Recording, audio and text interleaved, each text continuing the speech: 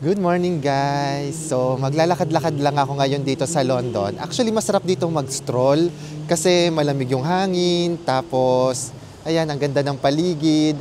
So morning ngayon dito and naghahanap ako ng pwede naming kainan ng breakfast. So lakad-lakad lang tayo. So tapos na kami mag-breakfast and ang sarap ng breakfast, pero parang para sa akin mas masarap yung pandesal tapos merong keso at saka maling, di ba? Ay, grabe, ang sarap nun.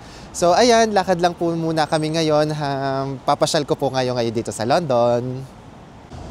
Hi guys, so ito, naglalakad-lakad ako ngayon dito sa may Thames River. Ito yung parang Pasig River sa Pilipinas. Tapos kita nyo yan yung London Eye. Tapos ito si Big Ben, ayan, medyo maliit lang. So puntahan natin yan and sasakay tayo ng underground papunta dyan. So ito yung isang station, Temple Station, papunta ng underground. So ito na yung train, underground ang tawag dito, and ang ganda talaga ng train system dito sa London. So yan, pasok na tayo. Bumaba kami dito sa may Westminster Station, so let's go. Ayan yung tren. Hey guys, so naandito na tayo ngayon sa may Big Ben. So yung Big Ben na yan, tawag talaga sa tower na yan is Elizabeth Tower. Yung Big Ben is yung bell na nandun sa loob niyan. So isa yan sa mga iconic landmarks dito sa London and wag niyong palalampasin yan. Kita nyo, sobrang daming tao dito. Tapos yung katabi ng Elizabeth Tower na yan, nung Big Ben, ay yung Parliament House. Yung Parliament House nila is parang government building siya kung saan nagtitipon-tipon yung mga leaders ng UK. And yung katabi naman yan ay itong Westminster Abbey. So, yung Westminster Abbey na yan, medyo significant din yan kasi maraming nang kinaround dyan ng mga king and queens. Tapos, dyan din kinasal si Prince William at saka si Kate Middleton. O, diba? Dyan yon. So, tara, let's go. Lakad pa ulit tayo. So, yan guys. Nandito ako ngayon sa harapan ng Westminster Abbey para makita nyo kung ano yung itsura ng harap niya. So, ito siya, oh. Ang ganda. Ang ganda ng pagkakagawa ng architecture. Diba? So, ayan po. So, lakad na ulit tayo guys. So, try natin mag-ikot-ikot pa dito sa London. Ayan guys, so grabe, sobrang daming tourist dito sa London. And meron ditong nagpe-play ng pipe. Ayan. Nandito siya sa may tapat ng Big Ben.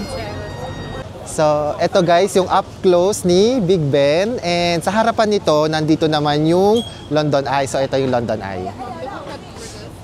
Ayan, yung London Eye. Sa katapat lang siya. Di ko napupuntahan yung mismong malapit kasi medyo malayo siya lakarin actually. Pero hindi rin kasi makikita pag medyo malapit. So yan po yung London Eye. And itong river na to ay yung Thames River. So ayan. So guys, ito na yung London Eye. So pwede kayong sumakay dyan. Kaya lang hindi pa ako nakakasakay dyan kasi nakakatakot. May fear of heights kasi ako.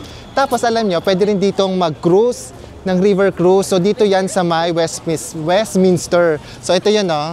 Bibili lang kayo ng ticket dito tapos babaybayin nyo yung Thames River na yan hanggang makapunta kayo kung saan-saan. Tapos maraming mga iconic landmarks na kayong makikita.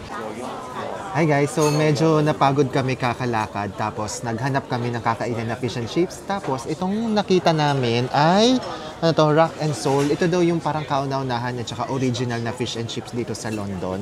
Tinayo siya noong 1871 and sabi sa mga reviews, masarap daw siya. So ayan, umorder ako ng fish and chips. So tikman natin.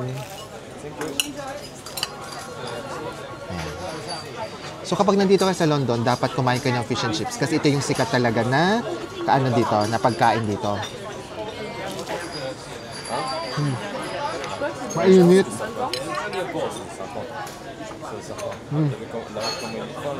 Wala siyang lasa.